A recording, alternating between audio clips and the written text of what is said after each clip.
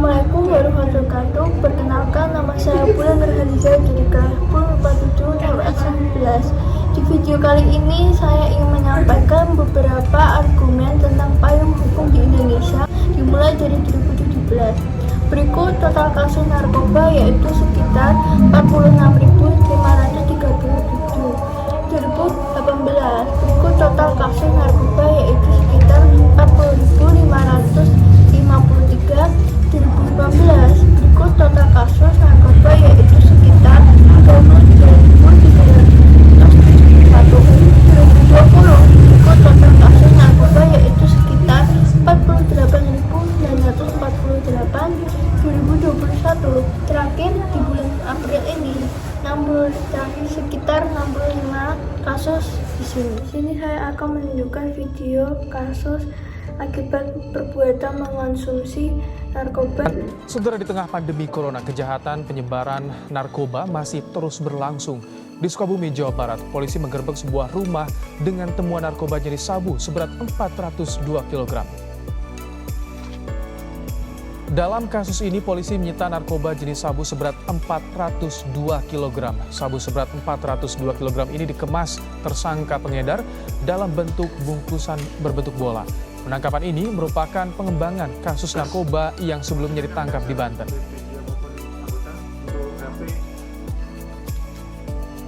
Dan di sini saya akan menunjukkan video penjelasan sanksi penyalahgunaan narkoba menurut undang-undang.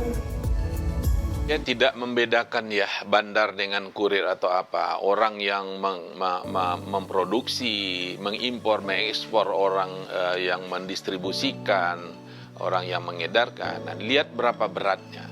Sanksi yang ada di dalam undang-undang itu, sanksi yang terberat itu adalah hukuman mati. Ya. Berikutnya adalah hukuman penjara. Nah, penjara ini dibagi dua. Ada yang seumur hidup, ada yang sementara. Sementara ini paling lama 20 tahun. Ada juga adalah denda. Jadi ada 3 sanksi. Satu adalah hukuman mati, yang kedua penjara, ketiga adalah denda. Nah, denda ini dia kumulatif. Artinya adalah setiap tindak pidana narkotika selalu dijatuhkan sanksi denda ini terhadap si pelaku itu tadi. Saya masih melihat ya bahwa pengguna ini sebenarnya dia adalah korban. Tentu pidananya itu tidaklah seberat daripada pengedar, karena pengedar ini kan memang orang mempunyai niat yang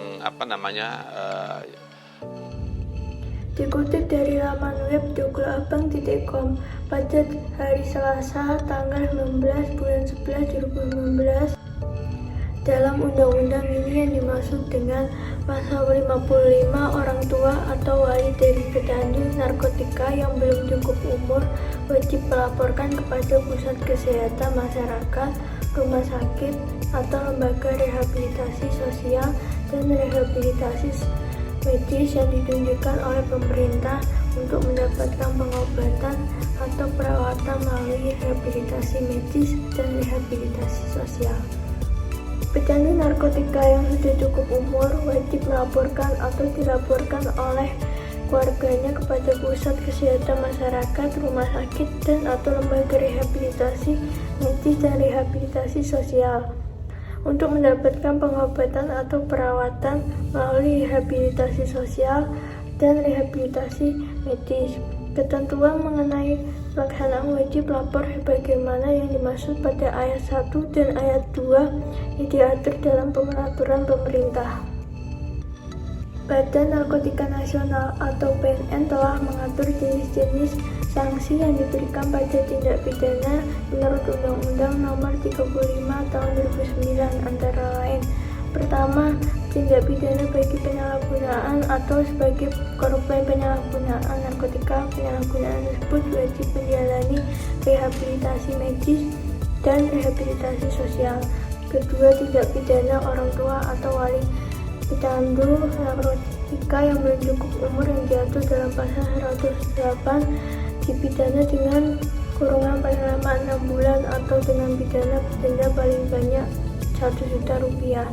Ketiga, tindak pidana yang dilakukan oleh korporasi pasal 130 dipidana dengan pidana penjara dan pidana dengan pemberatan 3 kali. Keempat, tindak pidana bagi orang tidak melaporkan adanya tindak pidana narkotika yang diatur pasal 130 akan dipidana dengan pidana penjara paling lama 1 tahun atau pidana denda paling banyak 50 juta. Kelima, yaitu tindak pidana terhadap percobaan atau permufakatan jahat melakukan tindak pidana narkotika dan prekursor pasal 132 ayat 1 akan dipidana dengan pidana yang sama sebagaimana diatur dalam pasal-pasal tersebut. Keenam, yaitu tindak pidana bagi menyuruh, memberi, membujuk, memaksa dengan kekerasan, tipu muslihat pasal 133 ayat 1 dipidana dengan pidana mati atau penjara seumur hidup dengan pidana denda maksimal 10 miliar rupiah. Saran untuk diri sendiri atau orang lain. Untuk mencegah dan memberantas penyalahgunaan dan peredaran gelap narkotika yang sangat merugikan dan membahayakan diri, kehidupan masyarakat, bangsa, dan negara, pada sidang umum Majelis Pemusyawaratan Rakyat Republik Indonesia tahun 2002 melalui ketetapan Majelis Pemusyawaratan Rakyat Republik Indonesia nomor 6 MPR 2002 telah merekomendasikan kepada Dewan Perwakilan Rakyat Republik Indonesia dan Presiden Republik Indonesia untuk melakukan perubahan atas Undang-Undang Nomor 22 Tahun 1997 tentang narkotika. Saran untuk pemerintah melihat rentannya remaja terhadap penyalahgunaan narkoba, karenanya diharapkan semua pihak, instansi pemerintah maupun swasta, tokoh masyarakat, tokoh agama, ormas, serta organisasi lainnya dapat bekerjasama untuk mewujudkan Indonesia bebas narkoba di tahun 2021. Narkoba hanya menawarkan kesenangan dalam sekejap mata, oleh karena itu katakan tidak untuk narkoba yang dimulai dari kita.